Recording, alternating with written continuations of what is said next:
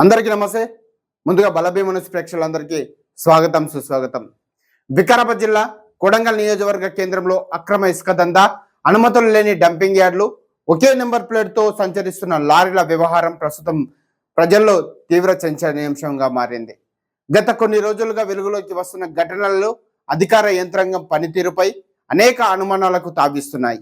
ముఖ్యంగా ఒకే నెంబర్ ప్లేట్తో 2 లారీలు ఇసుక రవాణా చేస్తున్నాయనే ఆరోపణలకు వెలుగులోకి వచ్చినప్పటికీ సంబంధిత శాఖలు ఎటువంటి కఠిన చర్యలు తీసుకోకపోవడం పలు ప్రశ్నలకు దారితీస్తుంది.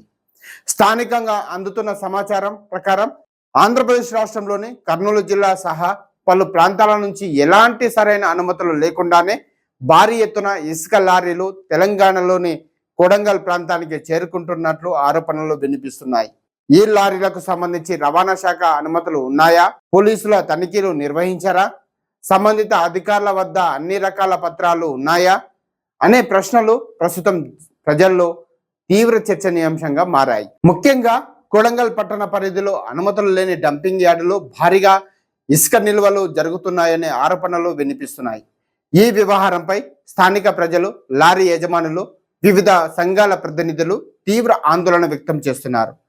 అక్రమంగా ఇసుక డంపింగ్ జరుగుతున్నప్పటికీ సంబంధిత అధికారులు చూసి చూడనట్లు వ్యవహరిస్తున్నారనే విమర్శలు గత 2 రోజుల క్రితం ఒకే నెంబర్ ప్లేట్తో 2 లారీలు సంచరిస్తున్నాయనే అంశం వెలుగులోకి రావడం మరింత సంచలనంగా మారింది. ఈ ఘటనపై పోలీసులు ఎలాంటి కేసులు నమోదు చేయకపోవడం, రవాణా శాఖ అధికారులు కూడా కేవలం తనిఖీలు చేసినట్లు చూపించి చర్యలు తీసుకోకపోవడం పలు అనుమానాలకు తావిస్తుంది. ఈ నేపథ్యంలో ఆ లారీల వెనుక ఉన్న అసలు వ్యక్తి ఎవరు, ఎవరి అండదండలతో ఈ అక్రమ వ్యవహారం కొనసాగుతుంది అనే ప్రశ్నలు ప్రజల నుంచి వ్యక్తమవుతా ఉన్నాయి. స్థానిక ప్రజల అభిప్రాయం ప్రకారం సాధారణ పరిస్థితుల్లో ఇతర రాష్ట్రాల నుంచి వచ్చే వాహనాలు పలు చెక్ పోస్టులు, పోలీసుల తనిఖీలు, రవాణా శాఖ పరిశీలనలు ఎదుర్కోవాల్సి ఉంటుంది. అయితే ఈ లారీలు మాత్రం ఎటువంటి ఇబ్బందులు లేకుండా కొడంగల్ వరకు చేరుకోవడం ఆశ్చర్యానికి గురి చేస్తుందని వారు అంటున్నారు. దీంతో ఈ వ్యవహారంలో కొందరు ప్రభావశీల రాజకీయ నాయకులు, అధికారులు లేదా ఇతర వ్యక్తుల ప్రమేయం ఉందా అనే అనుమానాలు వ్యక్తమవుతున్నాయి.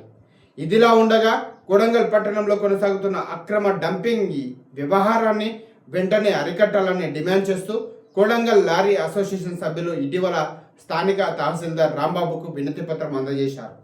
పట్టణ పరిధిలో కొనసాగుతున్న అనుమతులు లేని డంపింగ్ యార్డులను తక్షణమే సీజ్ చేయాలని, అక్రమ ఇసుక రవాణాపై సమగ్ర విచారణ జరపాలని వారు కోరారు.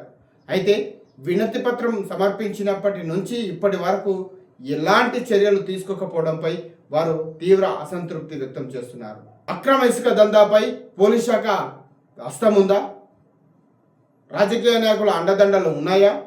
రవాణా శాఖ అధికారుల నిర్లక్ష్యమా, లేక మరెవరి ప్రమేయంతో ఈ వ్యవహారం కొనసాగుతుందా అనే పలు రకాల అనుమానాలు రోజు రోజుకు మరింత బలపడుతున్నాయి. కొడంగల్ పట్టణ చరిత్రలో ఇలాంటి ఘటనలు వెలుగులోకి రావడం దురదృష్టకరమని స్థానికులు అభిప్రాయపడుతున్నారు. ప్రజల ప్రయోజనాలను కాపాడాల్సిన అధికారులు అక్రమాలకు అడ్డుకట్ట వేయాల్సిన బాధ్యతను విస్మరిస్తున్నారా, లేక అక్రమ వ్యవహారాలకు మౌన మద్దతు ఇస్తున్నారా అనే ప్రశ్నలు ప్రస్తుతం ప్రజల్లో తీవ్ర చర్చకు దారితీస్తున్నాయి. ఇకనైనా సంబంధిత అధికారులు స్పందించి అక్రమ ఇసుక రవాణా, డంపింగ్ వ్యవహారంపై సమగ్ర దర్యాప్తు చేపట్టి బాధ్యులపై కఠిన చర్యలు తీసుకుంటారా, లేక యథావిధిగా వ్యవహారం కొనసాగుతుందా అన్నది వేచి చూడాల్సిన పరిస్థితి నెలకొంది. కొడంగల్ ప్రజలు మాత్రం అక్రమ ఇసుక దందాకు పూర్తి స్థాయిలో చెక్ పెట్టాలని, పారదర్శక విచారణ జరిపి అసలు సూత్రధారులను వెలుగులోకి తీసుకురావాలని ప్రభుత్వాన్ని, సంబంధిత అధికారులను డిమాండ్ చేస్తూ ఉన్నారు. మరి అధికారులు ఎటువైపు అడుగులు వేస్తారు, ఎలాంటి చర్యలు తీసుకుంటారు అనే సమయం కోసం వేచి చూడాల్సిన పరిస్థితి నెలకొంది. చూస్తూనే ఉండండి బలభీమన్ ఛానల్. ధన్యవాదాలు.